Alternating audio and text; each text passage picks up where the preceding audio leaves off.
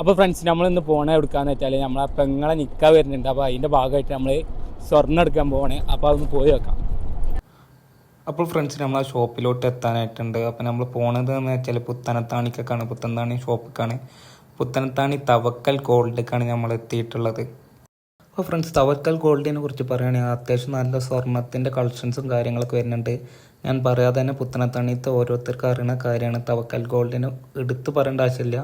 അത്യാവശ്യം നല്ല കളക്ഷൻസ് ഗോൾഡിൽ, അതേമാതിരി നമ്മളെ കമ്മല കാര്യത്തിലൊക്കെ അത്യാവശ്യം നല്ല കളക്ഷൻസും കാര്യങ്ങളൊക്കെ വരുന്ന ഒരു ഷോപ്പാണ് തവക്കൽ ഗോൾഡ്. അപ്പോൾ ഞങ്ങൾ പേഴ്സണലി ആയിട്ട് ഞങ്ങൾ എല്ലാ പ്രാവശ്യം സ്വർണ്ണം എടുക്കൽ തവക്കലിൽ നിന്നാണ്. എന്തെങ്കിലും ഫങ്ഷൻസും കാര്യങ്ങളൊക്കെ വരുമ്പോൾ നമ്മൾ തവക്കൽ ഗോൾഡ് തന്നെയാണ് സ്വർണ്ണങ്ങളും കാര്യങ്ങളൊക്കെ എടുക്കാറുള്ളത്.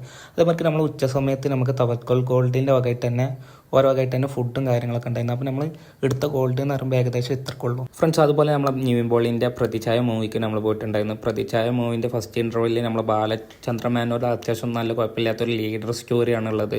അതുപോലെ നമ്മൾ സെക്കൻഡ് ഹാഫ് എന്ന് പറയുന്നത് നമ്മളെ നിവിൻ പോളിൻ്റെ സെൻട്രൽ ക്യാരക്ടറാണ് മൂവിയിലുള്ളത്. അത്യാവശ്യം നമ്മൾ നല്ല കുഴപ്പമില്ലാതെ നിവിൻ പോളി ചെയ്ത് വെച്ചിട്ടുണ്ട് എന്നാണ് എൻ്റെ ഒരു പേഴ്സണൽ ഒപ്പീനിയൻ. അതുപോലെ ഇത് സ്റ്റോറി പറയുന്നത് നമ്മളെ പൊളിറ്റിക്സും കാര്യങ്ങളാണ്. പേഴ്സണലി എനിക്ക് ഫേവറേറ്റ് ആയ ഒരു മൂവിയാണിത്. അതുപോലെ നമ്മൾ രാഷ്ട്രീയത്തിൽ നമ്മൾ ഏർപ്പെട്ടില്ലെങ്കിൽ രാഷ്ട്രീയം നമ്മളിൽ എങ്ങനെ ഏർപ്പെടുന്നു കാണാൻ നമുക്ക് അറിയാവുന്ന അത്യാവശ്യം കുഴപ്പമില്ലാത്തൊരു മൂവിയാണ്. അടുത്ത വീഡിയോ ആയിട്ട് നമ്മൾ ഉടൻ വരുന്നത്.